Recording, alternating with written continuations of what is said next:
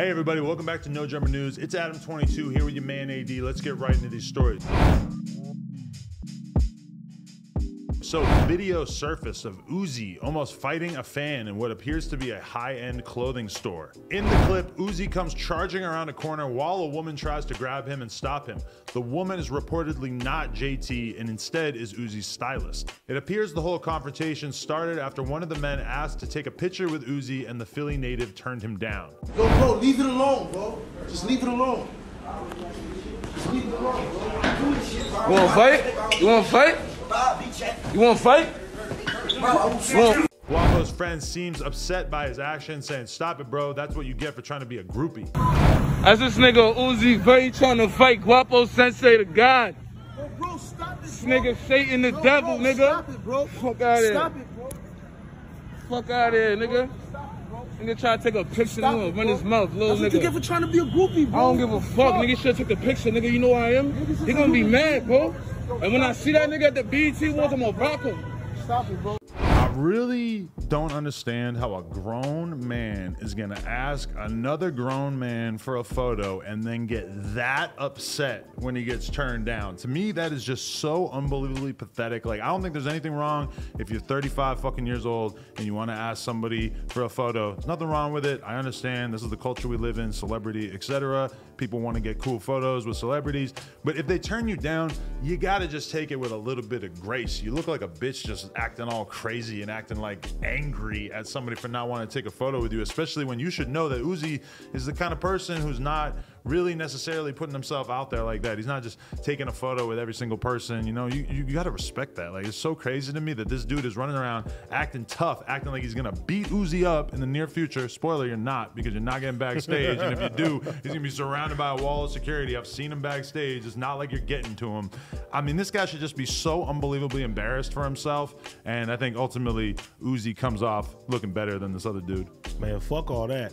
If it ain't JT, the stylist, they need to recruit her for the Eagles or something, because she held that line. She was like, man, she stopped that shit from popping off and shit. So salute to her. And yeah, man, that's fucking lame, man. If a nigga don't want to take a picture, it's crazy too, because Uzi seems like one of the celebrities who take pictures and do shit with the fans the most. So if he's telling you to kick back, man, respect that shit, respect the space and shit. And that little nigga be lifting all type of weights and doing all type of crazy shit. So I don't know. I ain't seen what the other nigga look like, but I think Uzi might fuck that nigga up. See, that is the crazy part, is that we always have known Uzi to be somebody who was talking about popping pills and drinking lean, etc. And then one day it just pops up, there's photos of him looking ripped as fuck. Now, granted, when you're as small as him, it's probably not that hard to start looking strong, you know? He already was like a skinny dude. It's doomed for us. Yeah, we're fucked, because we got too much to work with, too much mass. We look like a couple of fucking linebackers, don't we? Next door, K-Flock's attorney, Scott Limon, confirmed in a statement that the rapper had been arrested for his alleged connection in the murder of a 24-year-old who was shot and killed outside a Harlem barbershop last week. We have began our investigation into these allegations, the statement reads. More importantly, considering the DA's significant disclosure this morning that the NYPD received a tip saying someone else is the shooter, we demanded that the DA's office provide prompt disclosure of the videos referencing the complaint and more information on the tip. According to reports, police described the incident saying Hernandez was sitting in a barbershop on Amsterdam Ave and West 151st Street shortly before 10 a.m. waiting to get a haircut. Perez, K-Flock walked by, opened the shop door, and asked Hernandez what was he looking at. Hernandez then stepped outside to confront him, police said. The two argued, and Perez started to walk away, but the team pulled a gun and shot Hernandez in the neck and back. However, some of the fans think the surveillance footage from the barbershop's outward-facing camera seemed to dispute police account of how the confrontation began. In the footage, Flock walks down the street with who appears to be two young girls, and he walked past what's believed to be the barbershop. A few seconds later, a man believed to be the victim walks out the barbershop in the same direction as Flock. Hernandez was taken to Mount Sinai Morningside Hospital, where he was pronounced dead. Police say that they believe the shooting was gang-related. Perez was wanted and was considered armed and dangerous before he turned himself in. So, I've been a K-Flock fan for a while now. I will admit that when this story first came out, I just kind of assumed that the version that the police were putting out was probably accurate.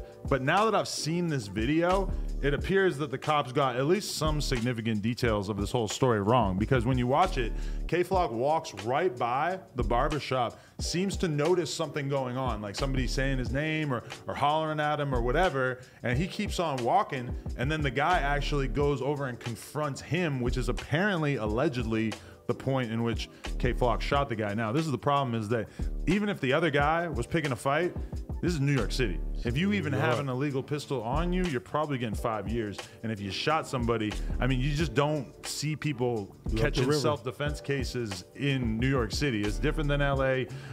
It's different than a lot of different places, but LA, same shit. Right, but I mean, and LA, but New York is worse though. I think there's a little bit more room or nuance in the law for if somebody confronts you and you have a pistol on you that maybe you're not possessing legally at that time. And if you kill somebody in self-defense, I feel like you could probably get away with it a little bit more. But in New York City, man, they're not fucking with you. Now, the question remains, like, why was K-Flock in his enemy's hood, which I've been told by multiple people from New York that that's basically, this part of Harlem that he was walking around in is like the #1 place that's like a fucking war zone for somebody like him.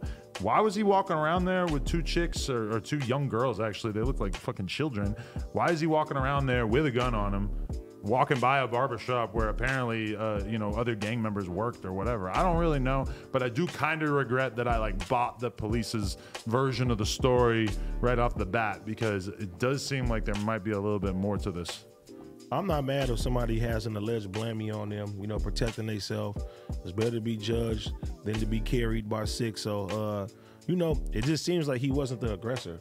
Like when I watched the video too, it seemed like he walked by and the other guy looked like he just came outside and shit too, even though there's no sound and they both leave the camera view and shit like that. He probably got a case now. That's the thing though, you wonder if in New York City, if there's going to be another camera angle, just because there are so many camera angles. We've seen one angle from like right outside the barbershop. Is there going to be another angle that maybe illuminates the situation a little bit more? Because listen, if that dude came out and like yelled at K-Flock and then K-Flock shot him, K-Flock's going to prison for a very long time. If that guy came out and presented a blammy to K-Flock and then K-Flock shot him, then we could be thinking it's a self-defense case. He's still going to prison. He's still probably fucked in New York City. But yeah, I mean, I'm definitely gonna just wait and see what happens with this. But if this actually went down like it seems like it went down, then this is just such a huge waste, because he had so much talent. People are loving him. He's only 18.